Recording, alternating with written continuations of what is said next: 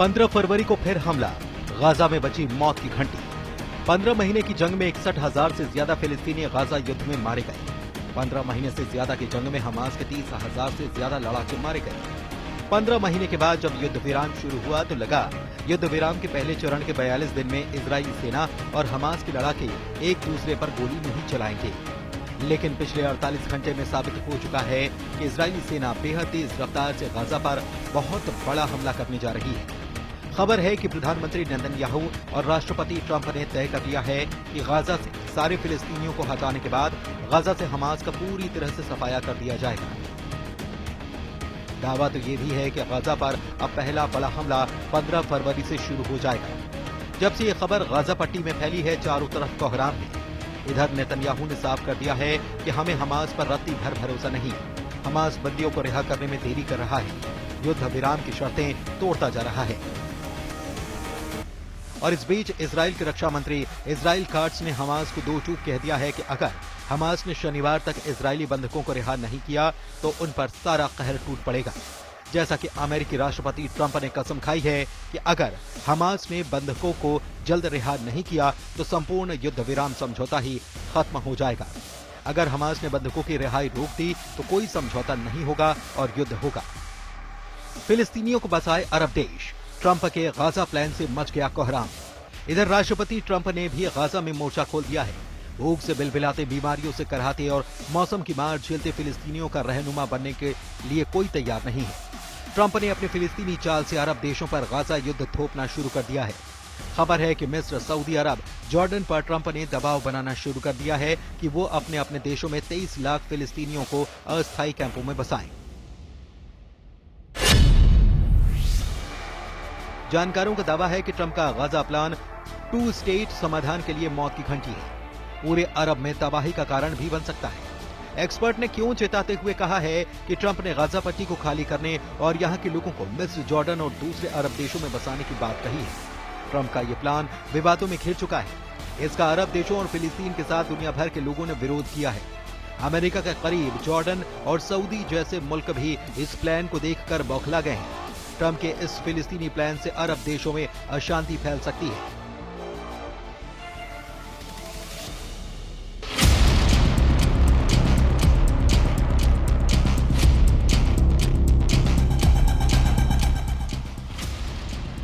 Experts का मानना है कि ट्रंप ने भले प्लान पेश कर दिया हो, लेकिन इस पर आगे बढ़ना लगभग असंभव होगा। गाजा में 23 लाख से ज्यादा लोग हैं। इनमें कई हजार हमास, PIJ और दूसरे सशस्त्र समूहों के सदस्य हैं। इजराइल से लगातार लड़ रहे इन लड़ाकों को अपनी जमीन छोड़ने पर मजबूर करने का कोई तरीका अमेरिका के पास नहीं है। अमेरिका अगर फिलिस्तीनियों को गाजा से जबरन हटाने का प्रयास करेगा तो विद्रोह भड़कना तय है, और इससे निपटना कितना मुश्किल होगा उसे वो अफगानिस्तान में देख चुका है।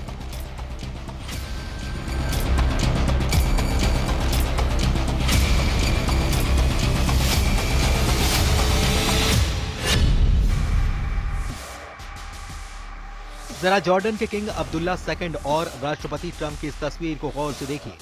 जॉर्डन के किंग अब्दुल्ला II का चेहरा उतरा हुआ है। ट्रंप ने किंग अब्दुल्ला से सिर्फ इतना कहा कि जॉर्डन में 2000 फिलिस्तीनी बच्चों को रखो। इस दबाव से जॉर्डन के किंग अब्दुल्ला का चेहरा उतर गया। उन्हें समझ नहीं आ रहा कि ट्रंप के इस प्रस्ताव को कैसे नकारा जाए। अब खबर यह है कि किंग अब्दुल्ला 2000 फिलिस्तीनी बच्चों को जॉर्डन लेकर जाएंगे, यानी शुरुआत हो चुकी है जिसकी डोनाल्ड ट्रंप ने बात की थी।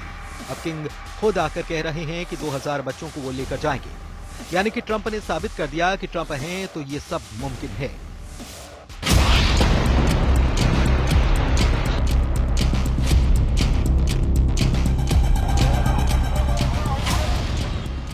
अगर जंग के लिहाज से देखा जाए तो इजराइल ने गाजा के एक बड़े इलाके पर पूरी तरह से कंट्रोल कर दिया है। गाजा के जबालिया, रफा, खान यूनुस, गाजा शहर, पूर्वी गाजा और दक्षिण गाजा के हालात देखकर किसी को भी अंदाजा हो जाएगा कि गाजा को पुराना गाजा बनाने में कम से कम 30 साल लगेंगे। जरा युद्ध विराम के बाद गाजा में हालात क्या हैं, ये भी देखिए। गाजा जंग में 61,700 से अधिक फिलिस्तीनी मारे गए।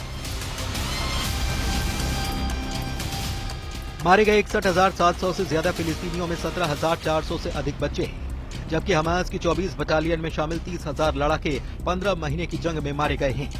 गाजा में घरों का मलबा है, मलबे के नीचे इंसानों की हड्डियां भरी पड़ी हैं। एक रिपोर्ट में दावा किया गया है कि लगभग 10,000 से ज्यादा लाशें गाजा में दबी पड़ी हैं।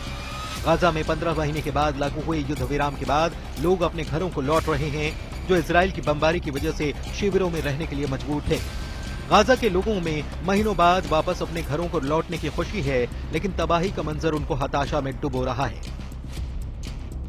गाजा वासियों का वहां सिर्फ मलबे का ढेर दिखाई देता है, जहां कभी उनके मकान, दुकान, स्कूल और पार्क हुआ करते थे। गाजा वासियों के सामने अपने तबाह शहर में नई जिंदगी शुरुआत करने की चुनौती है। मानवीय मामलों के संयुक्त राष्ट्र के कार्यालय की रिपोर्ट कहती है कि गाजा पट्टी में युद्ध के चलते 4,36,000 से ज्यादा इमारतें बमबारी में पूरी तरह तबाह हो गईं और 2,76,000 इमारतों को नुकसान हुआ। गाजा की 90% आबादी इस युद्ध के चलते विस्थापित हुई है। एक अनुमान के मुताबिक गाजा की तबाह इमारतों का मलबा हटाने में ही 10 साल लग सकते हैं। अब देखना होगा कि क्या इजराइल 15 फरवरी से हमला दोबारा शुरू कर देगा या फिर ट्रंप के गाजा प्लान के तहत अरब देशों में फिलिस्तीनियों को भेजना शुरू कर दिया जाएगा।